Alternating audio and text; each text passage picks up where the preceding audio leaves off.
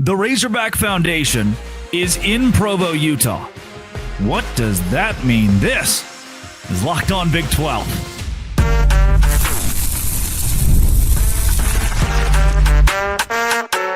You are Locked On Big 12, your daily podcast on the Big 12 Conference. Part of the Locked On Podcast Network, your team every day.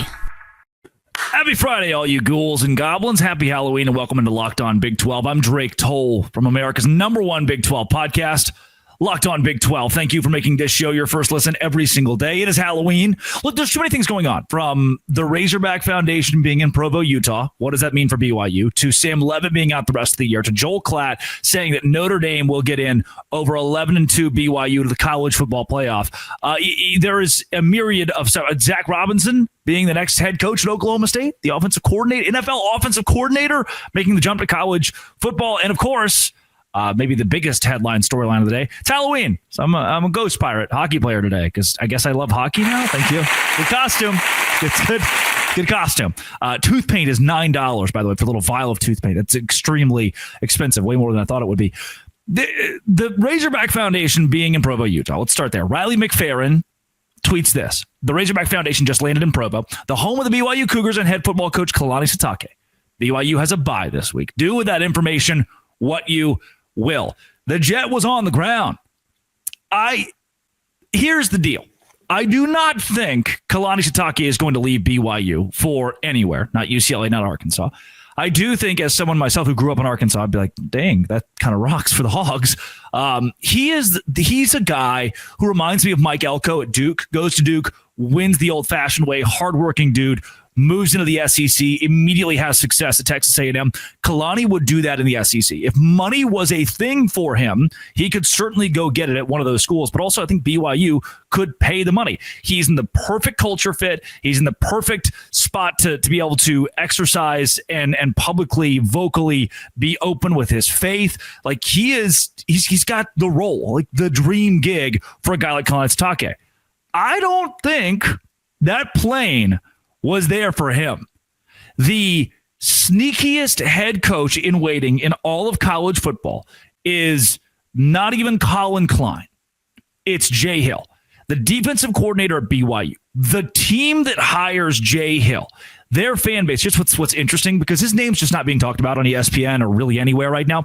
The team that hires Jay Hill, what they're going to get is one of the best defensive minds in all of college football, and their fan base is probably going to be upset. That's what's odd about the idea that Jay Hill is going to be a head coach in college football, is the Arkansas fan base will be like, who the hell is Jay Hill and why are we hiring him? But they just don't know ball like that, and he deserves to be a head coach somewhere in this sport pretty much immediately. Wherever Jay Hill goes, their defense is going to be elite. As you've seen this year from Jack Kelly to Isaiah Glasgow, the BYU defense is extremely good. Their secondary is arguably the best in the Big 12. Their linebacker core may be the best in the Big 12 right there with Texas Tech. Their D-line has been much better than they were supposed to be. Jay Hill is the orchestrator of that. He's the reason that with a freshman quarterback, BYU has a lot of confidence in A-Rod in the offense because they know the defense is going to do its job. That to me speaks volumes about what he could do as a head coach, even in the SEC. He's still, in my opinion, and to my knowledge, got the old school Mike Elko, I'm the hard-nosed ball coach who's going to do things the right way mentality. And if he brings that to a Southeastern Conference team, or he brings it to an Oklahoma State, I think that school immediately becomes a contender. This is it's not even a rumor. Like, the plane was in Provo. And I don't think they were getting cougar tails, just stopping in, grabbing the cookies and cream, chocolate milk, and then bolting. They were very likely having a conversation. We put two and two together here, having a conversation with one of the coaches at BYU. And it's not like they landed the plane like, we're here unannounced. Send us your coaches. This was planned. Certainly, someone in Provo spoke to Arkansas. A coach in Provo, based on what I'm reading here, spoke to Arkansas. I don't think it's Kalani. If it is, what are you doing? Don't leave. Don't do that. You got a maid. If it's Jay Hill, congratulations to the Hogs. Sam Levitt being out, man, that sucks. It really, really sucks hard. He coming into the season, now that's the 99th from an EPA standpoint. EPA is an efficiency metric. If I had a dime for every time I said that on this show, I'd have like 30 dimes, which is not a ton of dimes, actually. Is that $3? $3.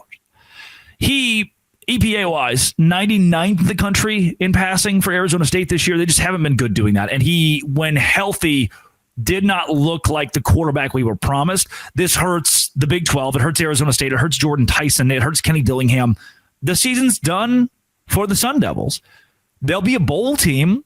They'll go to a bowl for sure, but they're just not going to compete for a Big 12 title. I think we kind of knew that. The Mississippi State loss didn't derail the season, but they never quite collected themselves. They beat Texas Tech, and Texas Tech had a backup quarterback in Will Hammond who couldn't seem to put it together for the duration of that ball game. And now going into Iowa State, I think they'll lose to Iowa State. And I got the Cyclones covering the 7.5 right now from ESPN. With no Sam Leavitt, we have not seen Arizona State be what they were last year. With no Cam Scatterbo, we have not seen them be what they were last year. And I don't think that Jeff Sims is the answer. Actually, he hasn't looked great at all.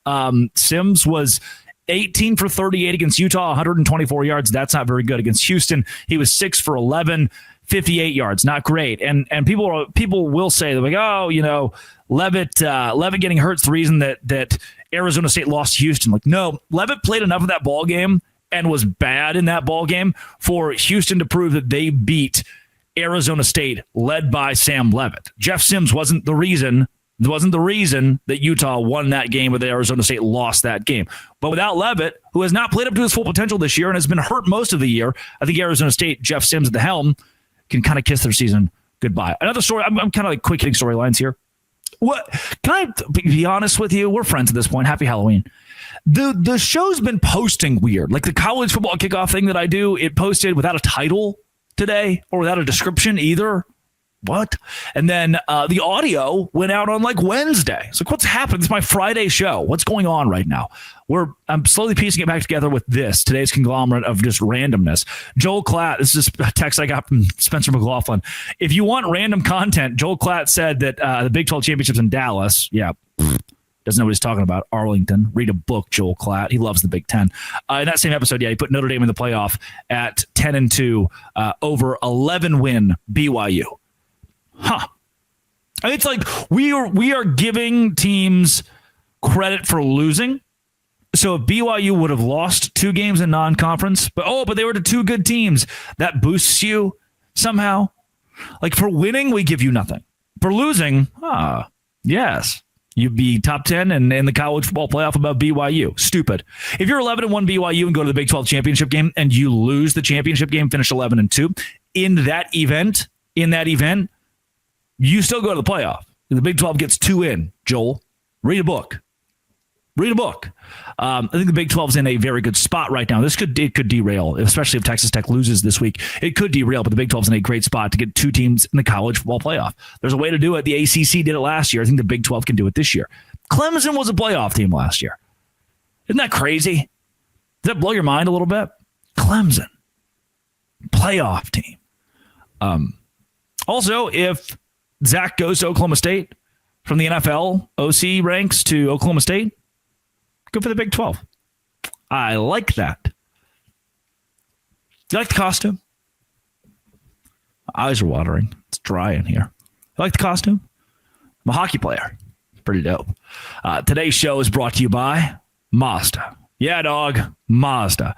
There's just something about the excellence of driving a Mazda and seeing a Mazda on the road that you can put yourself into. This episode being brought to you by Mazda is helping move the game forward. For those who believe it's not just about playing the game, it's about redefining it.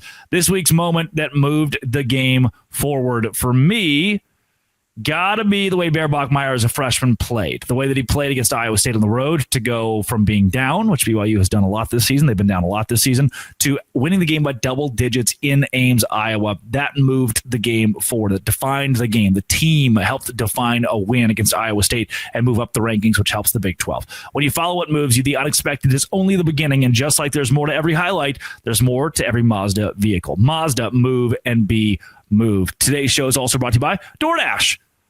Heck, man, I love DoorDash. I just go on the app and I boop, boop, boop. The food shows up at my door. Every weekend, we look back and crown the MVP of the week. Who delivered this week? Bear Bachmeier. Just like every Saturday with DoorDash Streaks, you can save more every time you order. This player, Bear Bachmeier, played well when it matters most. awesome for the BYU Cougars as well. Just like Pierre Bachmeyer delivered, you can get delivery every Saturday from DoorDash with the Streaks thing. Save up to $250, including $100 in DoorDash credits. Order this Saturday. Keep the streak alive. Fuel your game day only with DoorDash. Terms apply. Promo period through November 18. DoorDash. Go do the DoorDash thing and do the Streaks. Start your streak on DoorDash. Fun stuff. I just missed you guys. I hadn't recorded some content in a couple of days, and I was like, oh, shoot. I should talk to them. They probably, I don't know if they miss me, but I should talk to them.